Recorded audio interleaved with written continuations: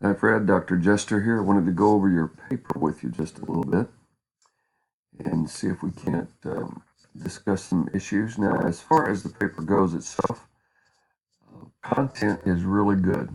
You have some great ideas, great thoughts. You start out with an excellent thesis here that really details the overall components of your paper. You're talking about basics, um, the process and principles for becoming a servant, and the challenges of servanthood. So all of that is really great. One of the main things that I wanted to deal with here are some of the style issues. Content is no problem for you. Got that down. But I want to talk about some of the style issues that are going on. So one thing you do seem to have is you're having some footnotes where you're just footnoting a scripture reference. That's absolutely redundant for you. You don't need to do that. When you cite the first scripture reference, you correctly said all scripture is taken from the ESV. That's very good. That's what you're supposed to do. There's no need to cite additional scriptures like footnote 3. I give you some pointers on that. Let me take you down to where that next pointer is. Right here, if you'll look at your style guide, pages 21 through 22, it explains how to cite parenthetically and any other issues associated with that for biblical references. So make sure that you look at those guidelines, pages 22 or 21 through 22. Second, you cite Elmer for the first time, footnote 2. You did that correctly. You've got complete bibliographic information, page number, all that's great. Next time you cite Elmer is footnote 4. So there's one in between there. So when it's not the very next footnote, what you're going to want to do is use the shortened form. What's the shortened form? Author's last name, shortened title, and then the page number. So I've done that for you here. Footnote 5 is also Elmer.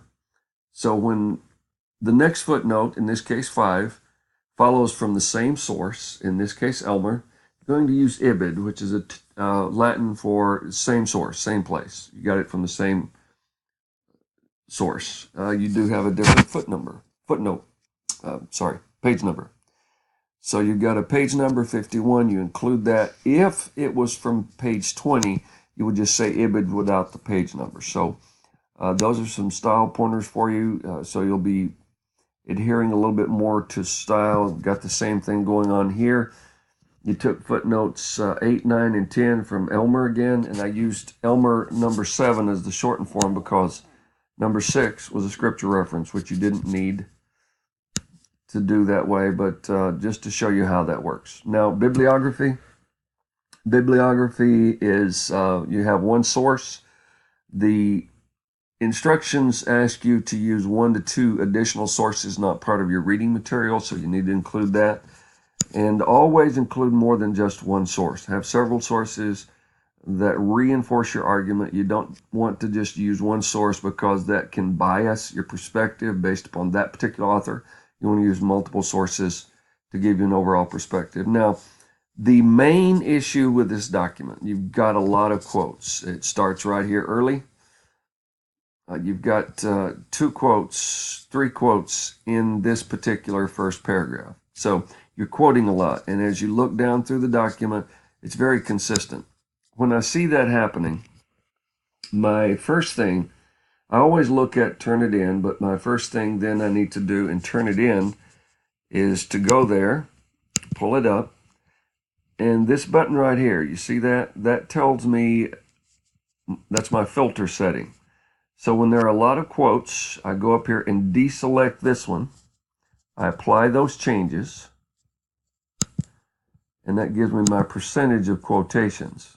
That means that 35% of your document comes from quotations from your sources, either scripture or Elmer. Now, is that a problem? Yes, unfortunately it is.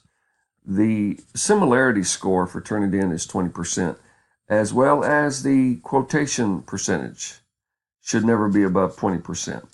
If it gets above 20%, it's an indicator that you're letting the quotations from your source become your argument, rather than you making your own argument rather than you saying these words. You're using what the source says to make and confirm your idea. So what I'm going to suggest to you, you've got to quote less, you've got to summarize more. It's okay to say Jesus said, whoever wants to be great among you must be your servant. But you can say the same thing without actually quoting the verse. Jesus said that greatness comes through service, okay? So I'm not quoting the words of the scripture, but I still place the scripture reference there, Matthew 20:26, right here, as you see. But I'm not actually quoting the verse, because every time I quote, those percentages are going up. And here's where the problem comes in. Between 20 and 30%, I give a warning. When it reaches 30% and above, I'm required to provide a revision. So you would have to revise this. Now, this being the first time around, I'm going to be gracious and say, this is your warning. Cut down on your quotation percentages so you have fewer of those. Keep it closer to 20%. And so I'll be gracious this time and not require that, but that's something to keep in mind going forward in the future.